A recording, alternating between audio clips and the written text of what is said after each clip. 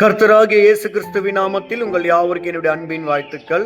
இந்த நாளுக்கான கர்த்தருடைய வார்த்தை மத்திய புத்தகம் 20ஆம் அதிகாரம் 15வது வசனத்தில் இப்படியாய் பார்க்கிறோம்.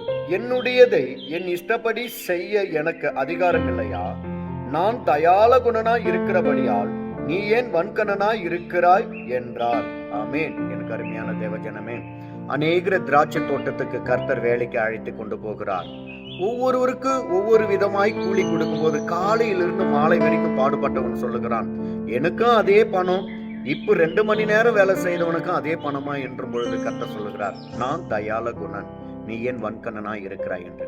அப்படிதான் இன்றைக்கு கர்த்தருக்குள்ள வந்த நீங்க அபிஷேகத்தை பெற்று வரங்களை பெற்று ஊழியம் செய்யும் போது நீண்ட நாட்களாய் பரிசுத்தாவின் அபிஷேகத்துக்கும் தரிசனத்துக்கும் ஊழியத்துக்கு காத்து கொண்டு இருக்கிறவர்கள் நினைப்பார்கள், கர்த்தர் உங்களை எடுத்து பயன்படுத்தும் போது தேவநாமம் மகிமைப்படட்டும்.